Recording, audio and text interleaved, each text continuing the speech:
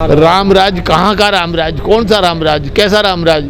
कहाँ है रामराज? किसको कहते हैं रामराज? रामराज है ये रामराज के जमाने। हमें तो रामराज का राज भी पसंद नहीं था, हमें तो इनका तो बिल्कुल ही पसंद नहीं है जो ये करा। 40 से पढ़ा जा रहा, हनुमान 84 से पढ़ा।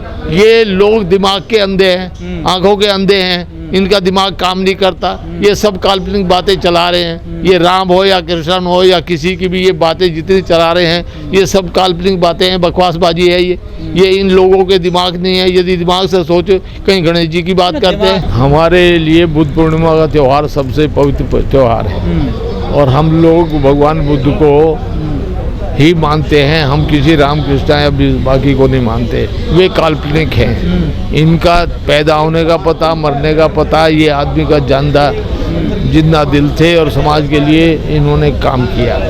इस समाज में जो व्यवस्था परिवर्तन हुआ है वो भगवान बुद्ध के ज़माने से चला, लेकिन इस धर्म को इन्होंने यहाँ चलने नहीं दिया। अभी मैं अपने समाज के सभी लोगों से ये कहना चाहता हूँ कि हालात बहुत ख़राब हैं और आगे और ख़राब होने वाले हैं। हम लोग जिंदा कौम हैं, मरी कौम नहीं है।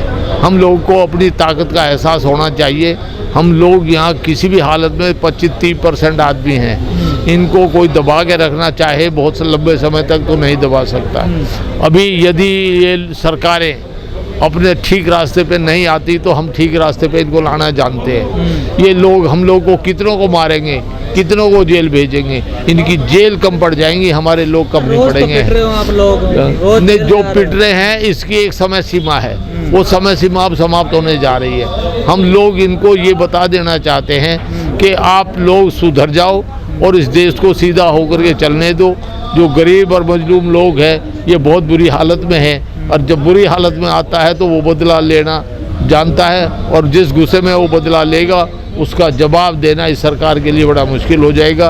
वैसे ही ये देश आज की तारीख में बहुत परेशानी से गुजर रहा है। जो इन्होंने हिंदू मुस्लिम करके रखा है ये देश भी है, इनका हाल श्रीलंका से भी बुरा होने वाला है।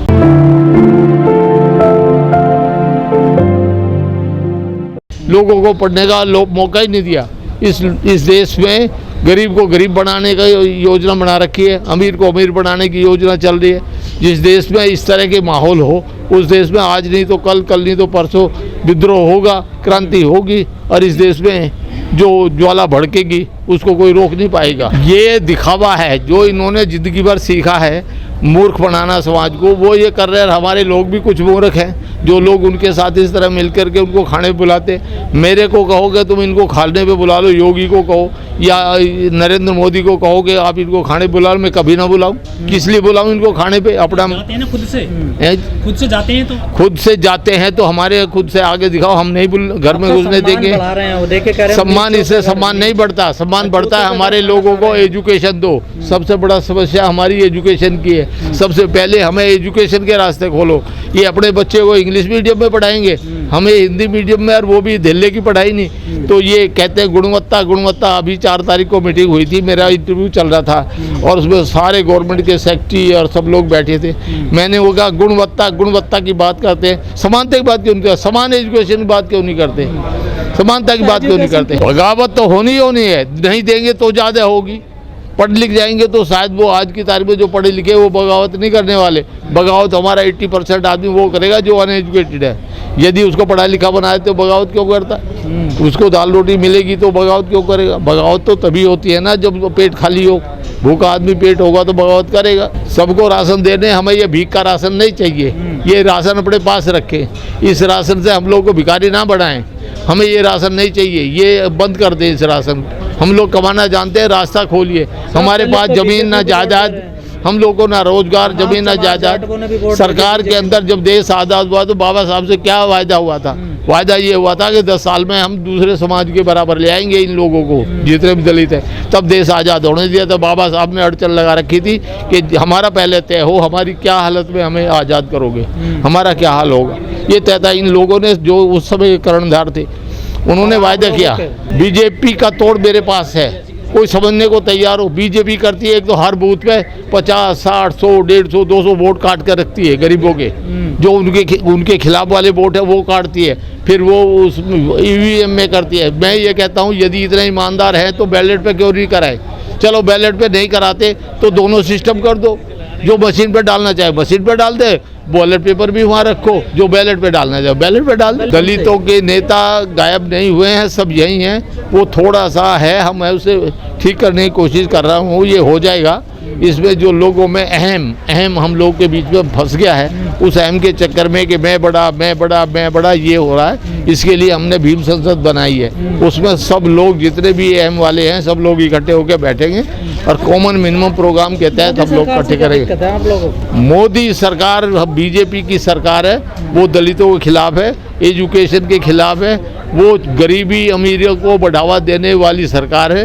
वो ये नहीं चाहती कि गरीबी अमीरी का अंतर खत्म हो। जब देश आज़ाद हुआ तब भी तय हुआ। अभी आपको याद नहीं होगा 2005 में एनडीसी की मीटिंग हुई। एनडीसी को बोलते हैं नेशनल डेवलपमेंट काउंसिल। पूरे देश के मुख्यमंत्री, पूरी सरकार उसमें बैठती है और पूरे वो फैसले लेती है। वहाँ 27 जून 2005 को मीटिंग हुई थी एनडीसी की। उसमें ये फैसला लिया गया था कि 10 साल के अंदर, वैसे पहले भी फैसले हो चुके हैं, लेकिन ये तय हो गया था कि 10 साल के अंदर हम इन लोगों को दूसरे समाज के बराबर ले आएंगे। प्रधानमंत्री तो खुद पिछड़े हैं, जो बहुजनों का नारा देते हैं। काहे का पिछड़ा? वो जबरदस्ती तेली बन करके उसमें आ गया बैकवर्ड की लिस्ट में। कौन कहता है वो बैकवर्ड है? वो बैकवर्ड नहीं है। उसने अपने आप को फायदा उठाने के लिए ये लोग जितनी चालाकबाजी करते हैं वो इन्होंने करके वो बढ़िया है, ये भी बढ़िया है। ये दोनों बढ़िया, साहबी और अमृतसर, सारा गुजरात का राज इस देश में हो गया है। कब तक चलेगा?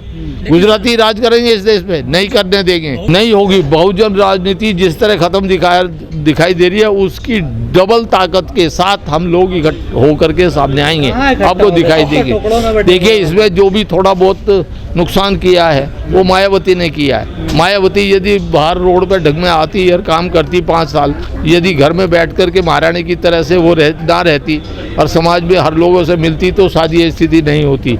मैंने मायावती को तैयार किया, मैंने काशीराम को तैयार किया। मैं उस समय का हूँ जबकि मैंने इन लोगों को सबको पाला पोसा आगे लाया, और मैं फर्स्ट आदमी हूँ जब काशीराम को अपने साथ लगा करके मैंने इसको आगे बढ़ाया। मायावती को भी काशीराम से मिलवाया। बाबू जी, सभी पार्टियां हैं, चाहे बीजेपी हो, कांग्रेस हो, बहुजन समाज पार्टी हो, सपा हो, टीएमसी हो, सभी बाबा साहब को कंधे पर लेकर चल रही हैं आज। वो तो उनको दिख रहा है ना कि सबसे ज़्यादा जो जागरूक समाज है इस देश का, सबसे बड़ा जागरूक समाज दलित समाज है। और दलित समाज में भी जो चमार जाटव समाज है, वो यहाँ के जो अपने आप को तथाकथित ब्राह्मण कहते हैं, उनसे भी ज़्यादा इंटेलिजेंट आदमी हैं। खेत में जाए तो ऐसे बदतमीज आदमी कहीं भी मिल जाते हैं, देखते हैं उसको कौन आदमी है, उसको जेल तो भिजवाया, उसको भेज तो दिया जेल।